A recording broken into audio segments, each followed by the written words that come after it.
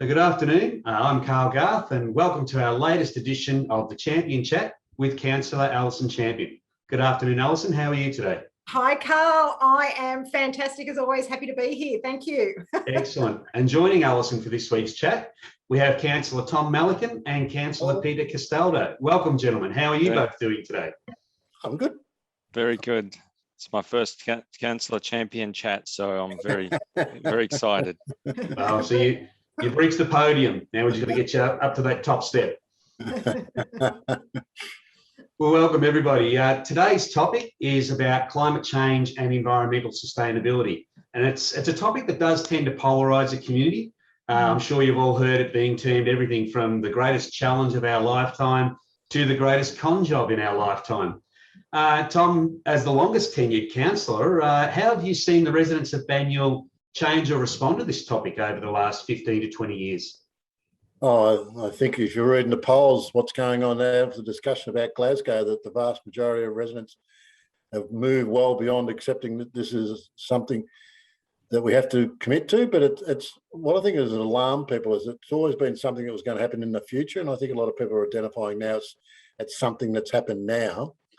But the other big change has been the industry, insurance, and big businesses, and they're basing their businesses around and their investment decisions around, is this going to be good in the environment we're heading into, and even land use planning about, where people build their houses, how close to the coast and all. So climate change comes into every decision we make these days, and investment decisions, development decisions, where we live, what we do, and farmers have been the leader of that in many situations. Like, they couldn't continue with their standard practices, and they've led the way in lots of examples where they've adapted because they didn't adapt as the climate changed. Their businesses went out. So I think out in general public, and particularly in Baynule, there's a real real focus that this is something we need to do now. But we've got to do it for our kids in the future, but we've got to do it for us because it's happening to us.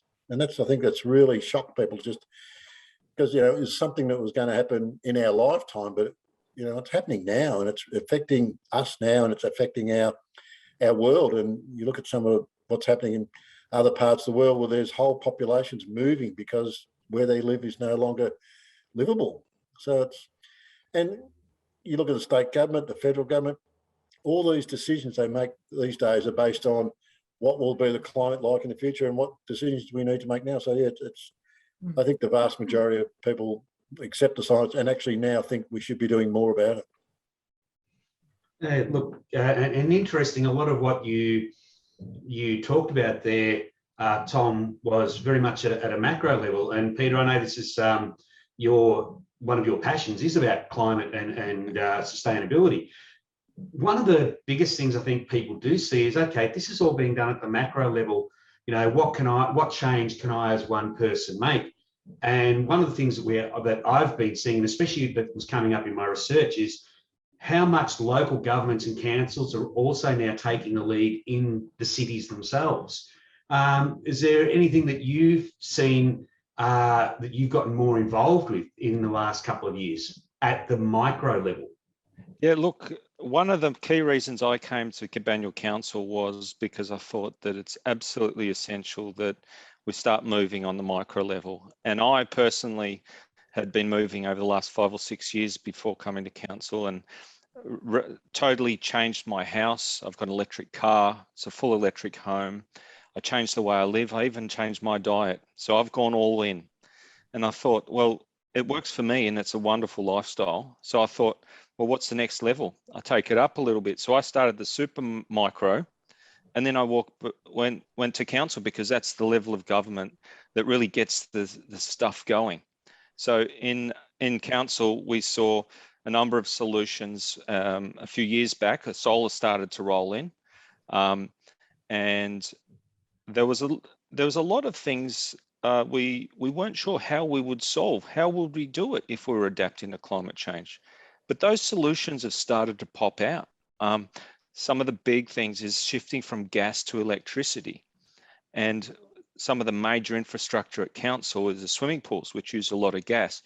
Firstly, that's been in the past, before I came along to council, that was considered not possible. We had cogen, which is a transition stage, but really we don't need any transitions anymore. There's market solutions for everything at a little local level, like in local government.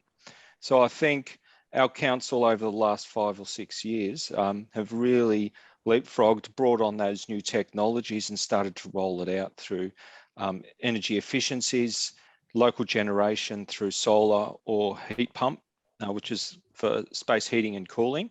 And then we're moving on to the large infrastructure projects at the moment. So I think it's sometimes easier for local government to move because we don't have as much of a massive political bung fight and minefield when you're dealing with massive industry that needs to change. We're dealing with smaller organisations and facilities, so it's a little bit easier, I think.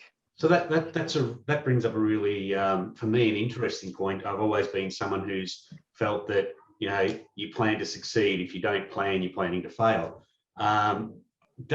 You've mentioned some initiatives, but do these initiatives come under an overall Baynule City Council climate action plan on how we're going to get to zero carbon community? Yeah, I went a bit too micro there. So in the federal level, we're talking about targets and plans. Our council developed a target and a plan over the last few years. Alison and Tom and everyone got on board and really supported it. We laid down a first target for council assets and facilities. By 2028, we will go carbon neutral. And I think we are the leading council when it comes to this because we made a very important statement: no offsets. We're going to do the real deal adaptation and change, and it's fantastic. And that is a challenge, but the bigger challenge is all of the other facilities within the Baynule boundaries. And we've got a strategy there for the 2040 target, climate neutrality, no offsets. That means we've got to do some real serious work. And we've done the work on our council facilities. We've got that plan quite in general articulated.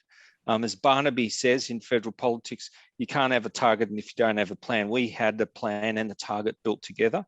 With the community wide, it's a bit more challenging because what that means is everyone's home needs to maybe change the way it's working. And that's a complex conversation that you've got to have gently, slowly, and show people why it's beneficial to them. So that's the 2040 target. That's the big one. 97% of the emissions in Baynule is covered under that 2040 zero emissions target. Okay, so thanks for that, because that sort of, there was an article in about May this year where more than half of Victoria's councils have signed up to a new partnership where they're trying to pool their energy contracts to be more efficient, to slash prices, etc. Was Baynule one of those councils that joined that? Yes? Would someone like to maybe articulate a little bit about what that actually means for the council, for the city? All right, I'll jump in this. 46 councils in Victoria signed up to this, and we all had the opportunity to participate in a small level or all in. Our council, we thought, well, we've got to play seriously in this game. We've got ambitious targets. We're all in. So that's buying all of our electricity through green energy, and that was either going to be either solar or wind or a combination. We didn't know. We went out to the market and we asked for providers, retailers, to provide a solution for the 46 joint councils, and we said all our energy will now be green energy.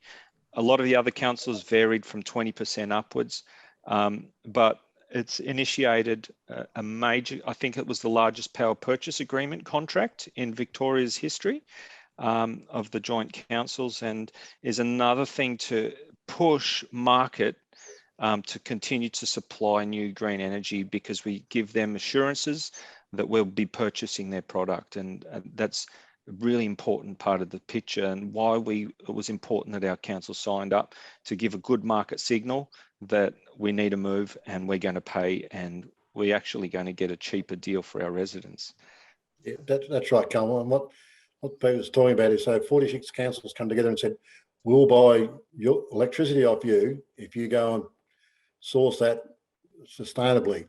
So then the company you sign up with then goes off, and if there's $50 million worth of electricity per year, they know they've got $50 million worth of guaranteed customers, and they go out and then purchase and develop a facility that will produce $100 million worth of electricity, and then they can go and find other people who want to buy it. So it gives them a guarantee. So you imagine opening up a business where you've already got enough customers signed up who will support your business before you even open your door. And that's what a power purchasing agreement does. It gives a company more than an incentive. If you do this, we'll guarantee to buy this much electricity off you for this period of time. So they've got guaranteed customers over a long period of time. They give us a cheaper rate, because obviously you go for the one that says they'll do it for cheap.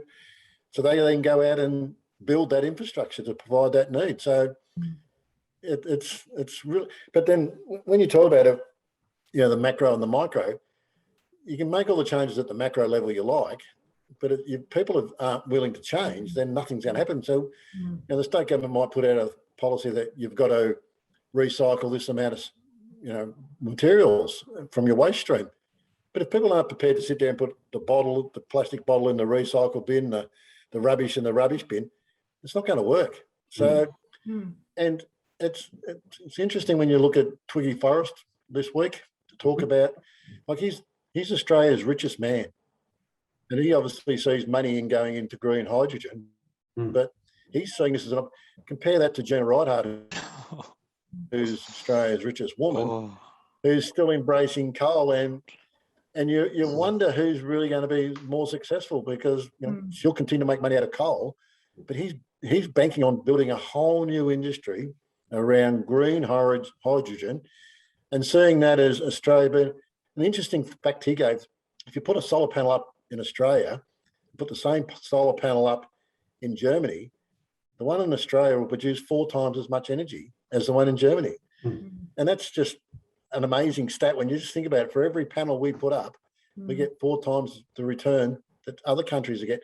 And so obviously we're in a fantastic position, and Australia has so much open land that it gets enormous amounts of solar penetration that we'd be silly not to take advantage of that natural advantage we have over other countries. Well, and you can see Mike Cannon-Brookes, the founder of Atlassian, is building this massive solar farm in Australia, so that Australia can actually get on the front edge of providing energy to Singapore and the rest of Asia. So you're absolutely right, Tom. What's really interesting in what you've actually led to, though, is the recognition here where government and business are now partners more than they are separate entities, sort of saying how we're going to work together. They're now actually creating those partnerships. And with that in mind as well, you've talked about the 46 councils and the energy. Are there any other partnerships that you see that Baynule either have at the moment that are vital to this, or that you believe you will be developing in the future? I think there will be. There's certainly plenty of scope within the construction area for us to make these savings, and we need to work on that. We're aligned with the NAGA, the Northern Alliance of Greenhouse Action, and they run programs. The other big thing we could do, and you talk about it, what legacy we'll lead, is our built environment, because the houses we're building now will be there in 50 years' time. If they're not efficient, if they don't take advantage of the sunlight they get, then that'll be an enormous burden on whoever lives there. And Banyule's been one of the lead councils in the Casby, which is all about making sure your homes are more efficient, putting more regulations on building permits and planning permits to make sure the houses are as efficient as possible. And some people say, well, that's just going to add to the highest price of the house. Well, in many cases nowadays, it doesn't.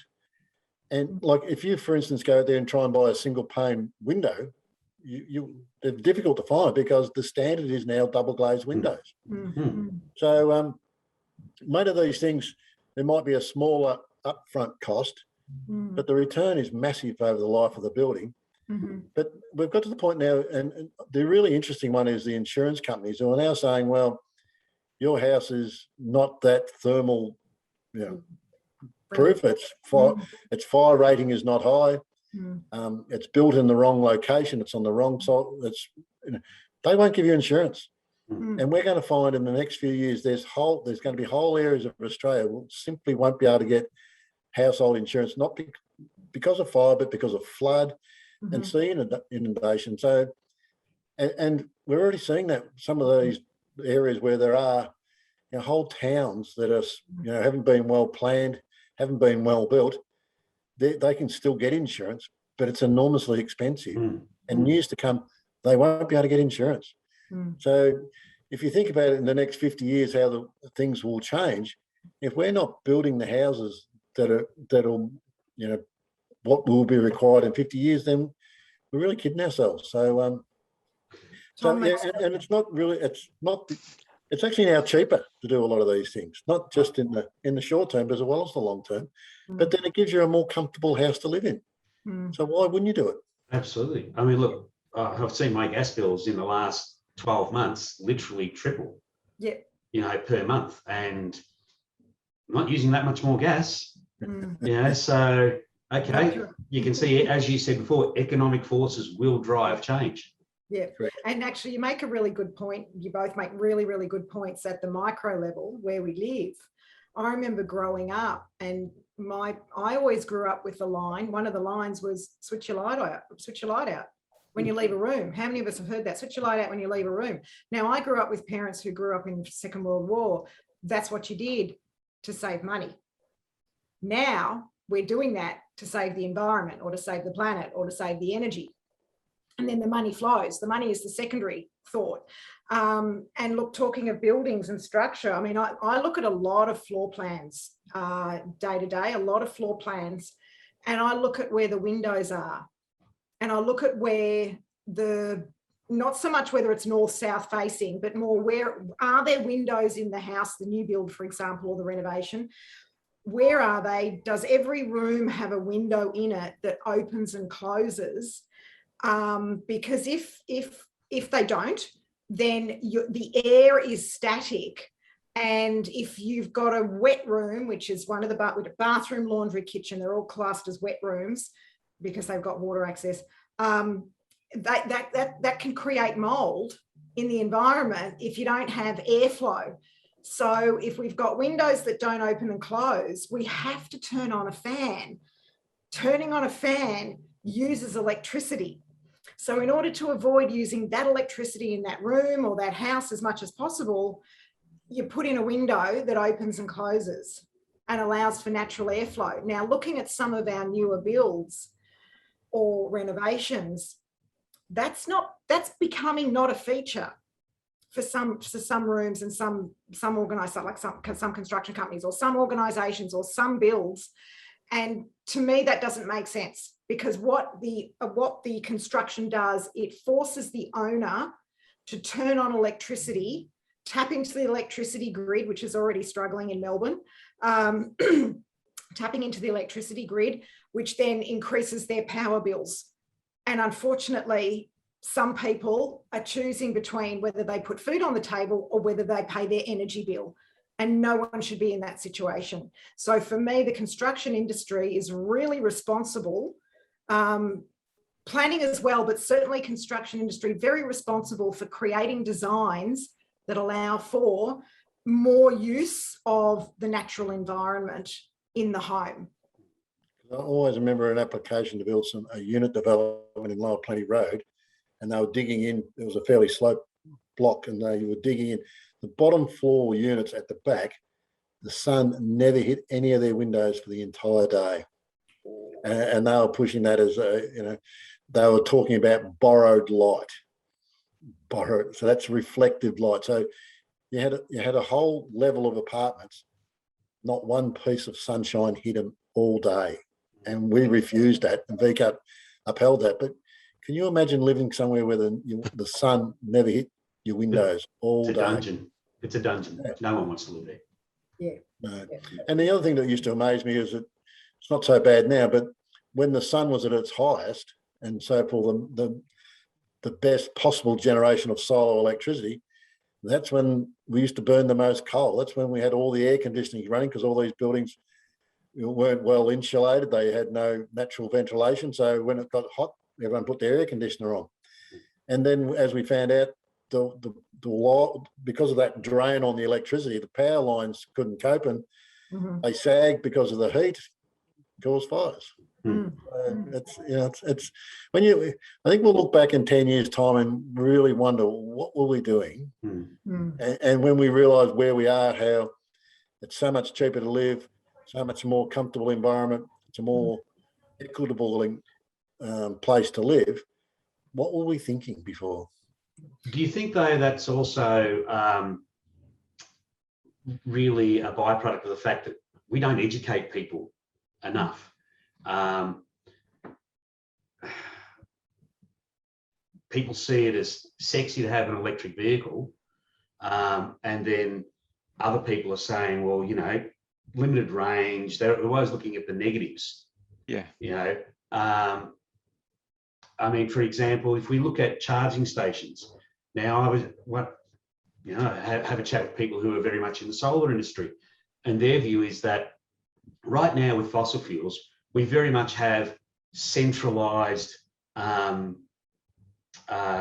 recharging, for want of a better use. You go into a service station and you fill up. Now people say, but that's decentralized.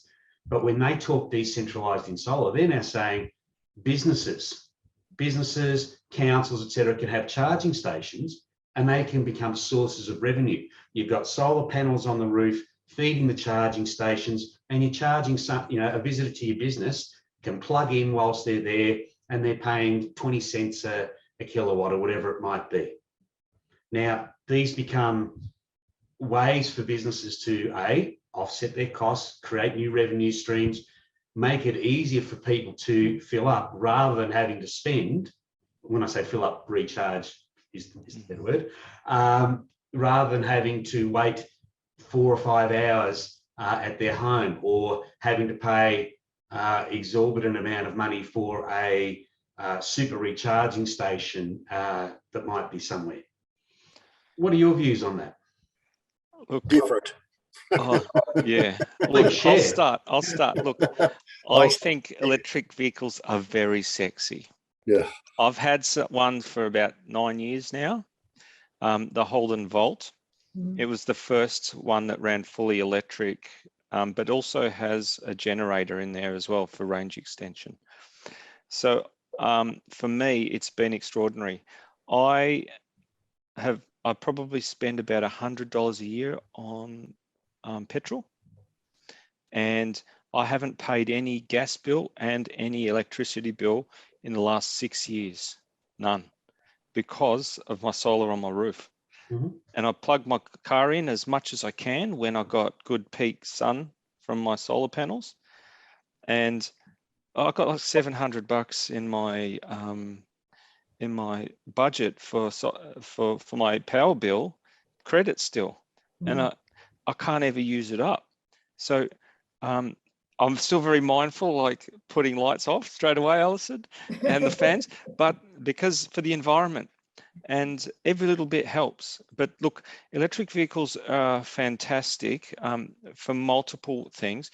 First, the level of comfort, no vibration in your driving. It's extraordinary. No noise, clean air, and it's beautiful for the environment. And look, I did some calculations, and it cost me like $1.20 to drive 100 kilometers in my car when I'm charging off my power. Now, the thing is, when a lot of people have electric cars, everyone, I think, well, for me, 99.9% of my charging is done in my home, in my garage. And I think that will always be the case unless I go on a holiday. But when everyone goes on a holiday and wants to charge up the Hume Highway, up to the snow, or up to New South Wales, that's where the tricky business is going to come in, I think. But the charging infrastructure at work is a fantastic thing as well, because I think it's part of the load balancing, because a lot of people will park their electric vehicles during the day. That's when the peak supply is, and you want to have them being able to charge, but they're not at home. So when they're at work in the work car parks, that'll be a really important thing for us to manage the grid so we don't waste that energy. But we also, when people drive home in the night and peak load, they might be able to plug back in at home. And we don't have some standards yet that the Australian government have rolled out that all cars abide by, and opportunities to buy and sell at the different locations where your vehicle is. But there's a lot of really wonderful opportunities there that is coming. At the moment, our council has a few charge stations, and I think we're doing it for free. You are doing it for free, yes. But I've seen one up in Uni Hill charges 20 cents per kilowatt, megawatt. It's still very good, because at home you often pay a bit more during peak hour. And I think it's a value add to a business that provides its staff with that opportunity to charge during the day. And it'll be part of that relationship a company has with its staff, and part of its green credentials that is saying, yeah, we're playing a role here. We have electric charging, we're grid balancing, we're welcoming that new beautiful future of clean air. And the other thing is, that brown haze around the city as you leave it, that will go with electric vehicles. That will go. And I've always wondered how it affects us. And there's a lot of research out there that says it really causes a lot of harm to a lot of people, asthma, all the other particulates, a whole lot of damage. So I think there's so many benefits to electric vehicles. I'm totally sold on it. I've done a lot of research. I like doing a lot of research, and I can't wait for my Tesla Model Y to come. I'm going to buy one of those. No matter what it takes me, I'm going to get one. And Tom, you had a view? A slightly different view. Electric vehicles may have some advantages over petrol vehicles, but then, as Peter said, he produces solar power on his roof. He's got two choices. He could feed that back into the grid and we burn less coal somewhere, or he can pump it into his electric car and burn coal.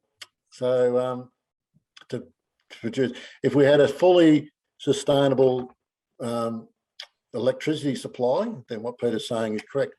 The other issue of our electric vehicles is, do we simply have the space to provide the space for everyone to continue to drive everywhere, every day?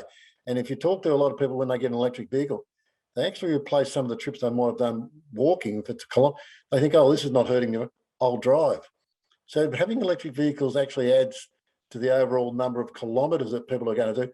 And we simply don't have the space to accommodate all these extra private vehicles on the road, and then the parking person. So electric vehicles might fix the air pollution. They may fix some of or they reduce the burning of fossil fuels, but they don't fix congestion problems. They don't fix parking problems.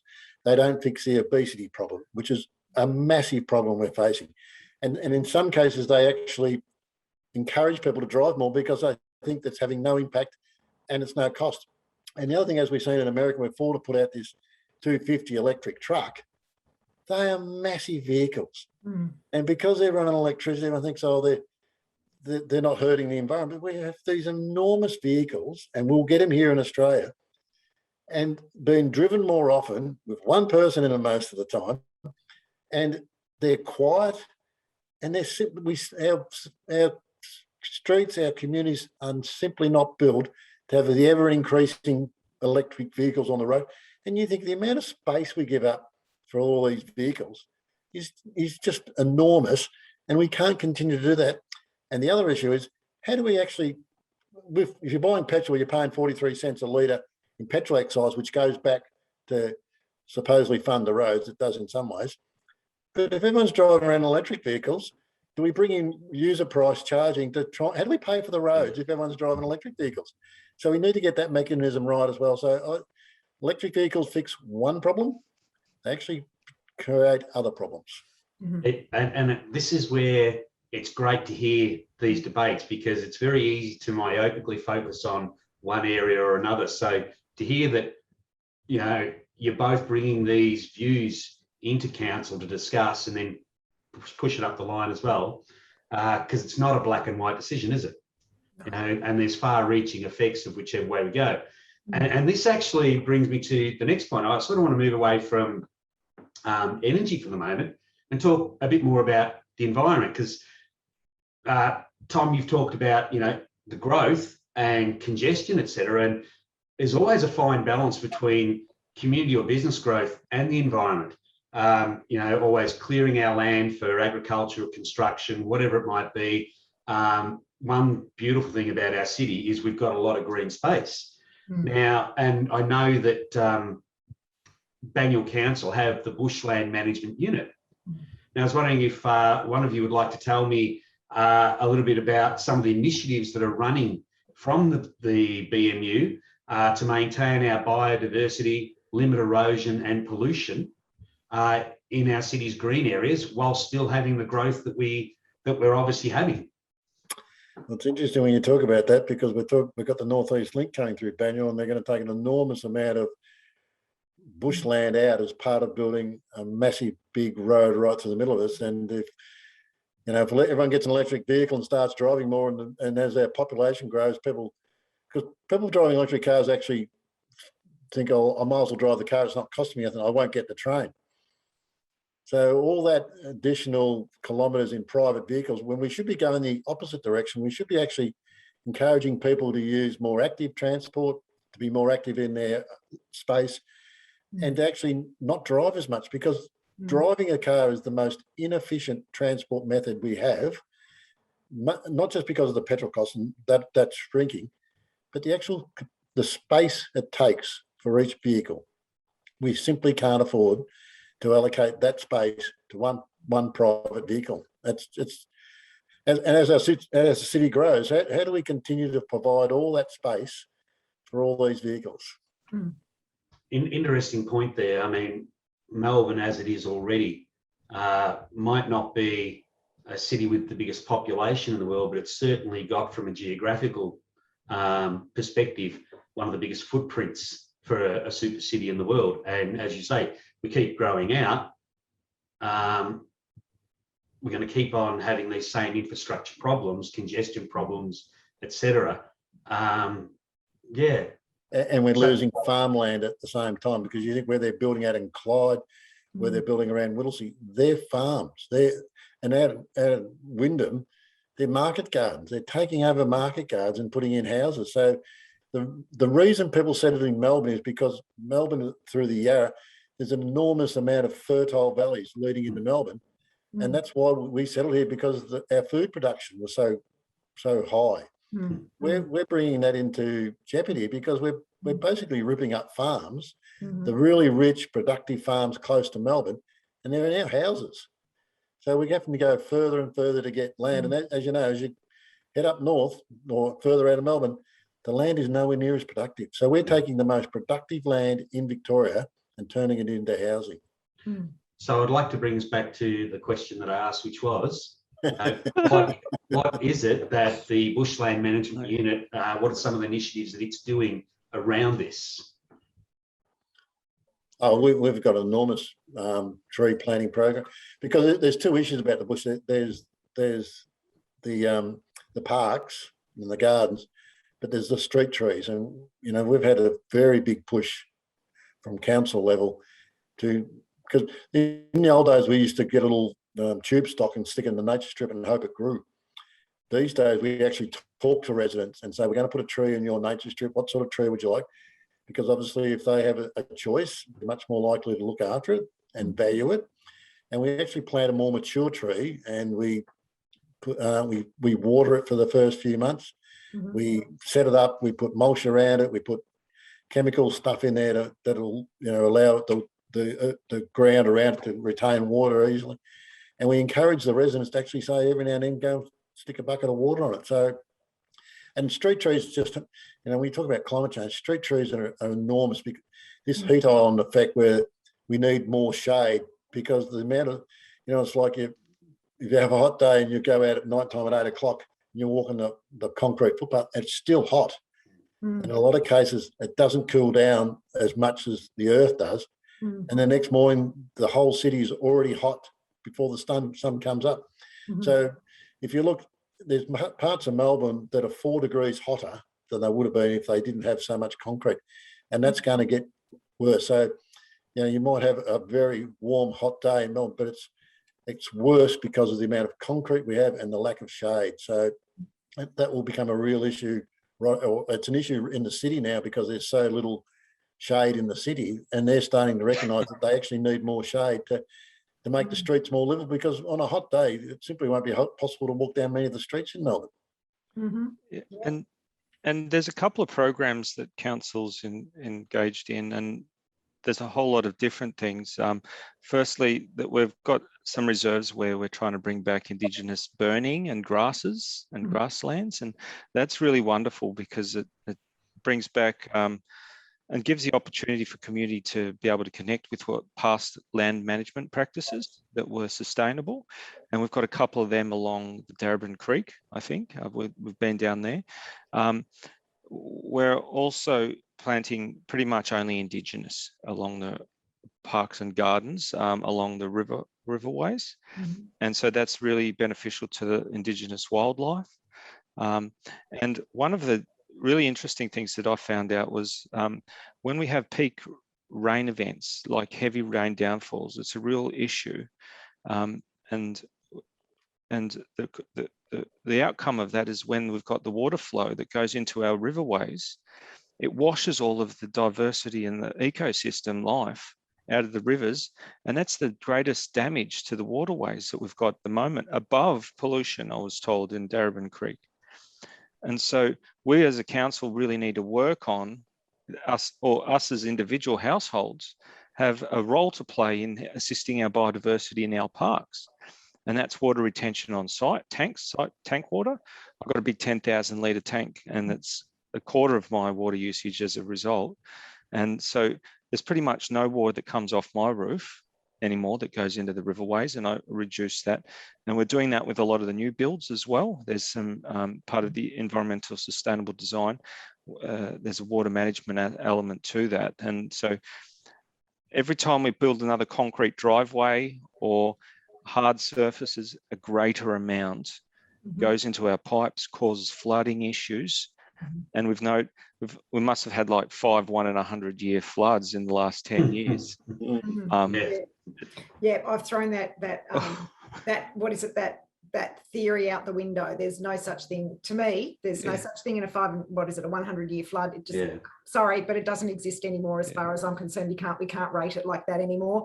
And Peter, you both make really good points about building homes on farmland or building hard surfaces. The whole point of, so we're also governed by Res Code, which is state government planning laws, and hence if people don't like what the council offers them for, or can agree with council, then builders know they can go to VCAT. So that's the state level jurisdiction.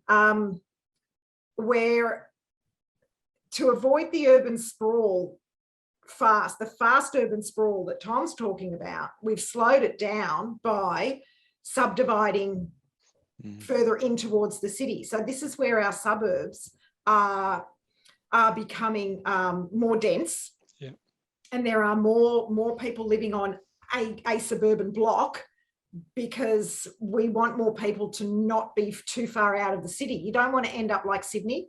You don't want to end up like other big cities in the world with people just moving out and out and out, because then it doesn't become a functional city.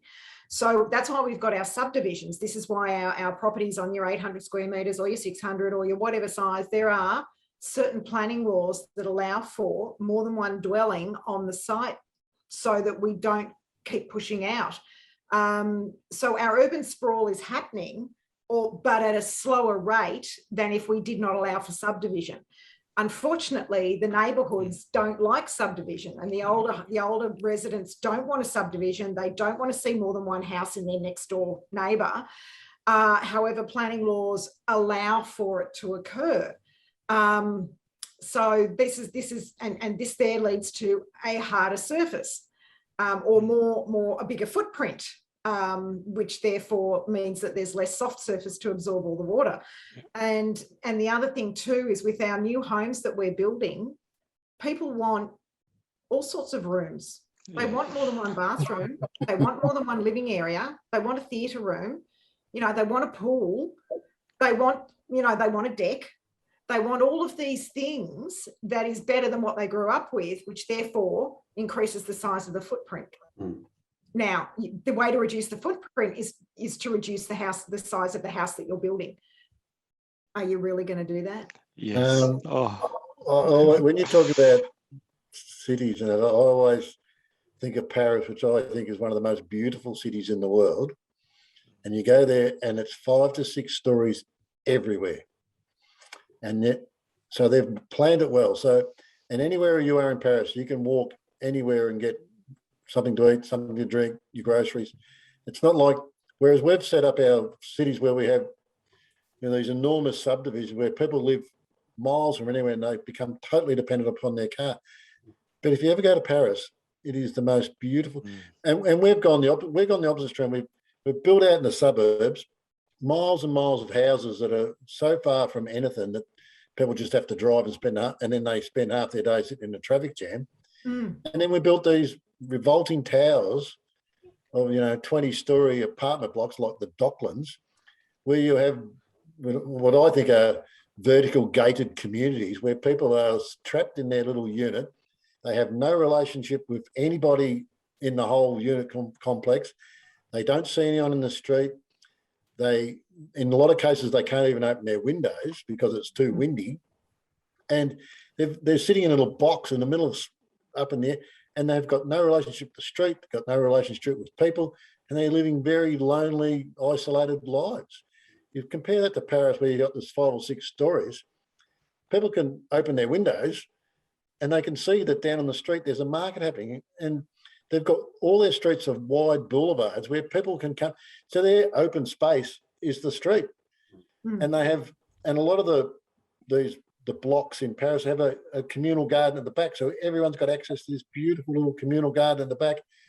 Or they can go in the street and they live their lives on the street, and they're very social. Compare that to the Docklands, where you have these vertical gated communities and no life on the street. There's nothing. We've just gone about it so completely wrong. And we need to change. And I think COVID's been a bit of an opportunity because people have discovered their local shopping centre and their local. But people have also realised just how important it is to get out every day and talk to people and mingle with people. It's really highlighted that. And I think we need to take advantage of that and really improve our local areas, because people go to work, they work all day, they go to lunch on the street in the city, but they're not doing that. They're not talking to their workmates anymore. They're desperate to talk to someone. They're desperate to get out. And instead of looking at Zoom meetings like we're doing right now, people want to see people. People want to interact with the people, and even just going down the street to sit down and have a cup of coffee on the street. You might be by yourself, but you don't feel lonely anymore. So it's really important, and I think COVID's changed that. I think COVID will have some good outcomes. I think hopefully it'll make people realise what we have got and how lucky we are, and really appreciate their friends, their family. And in a lot of ways, I'm hoping it will actually make us more resilient and more appreciative of what we have got. Okay. So look, for our last question, this is something for each of you. Looking to the future, what do each of you feel will be the most important asset that the council would want to leave for future generations to be sustainable in the middle and latter half of this century? Or the biggest challenge you think that we should be able to overcome? I think the biggest challenge we face is this fear that there's some people just don't like change. And change is the only thing we have got that is certain to happen. And yet people resist it. And not all change is good. But we do need to embrace change. And I think, and that is the biggest thing I think we have to try and implement, or try and people talk about public consultation all the time. You can, But I always think there's a place for leadership as well. And sometimes if you want to make a difference, if you want to make things better, you have to go against the tide. You have to actually say, no, this is wrong. We're doing this. And you might get a lot of people saying, no, don't do that. But I think if you want to improve things, you want to change things, sometimes you've got to speak out, and sometimes you actually got to go against what you might perceive to be the majority. And you look at all the great leaders of the world, they didn't do popularity contests, they didn't do Twitter surveys, didn't see Abraham Lincoln going out there saying who wants to support slavery. They identified issues and they took a position and said, we're going to change, and people followed them.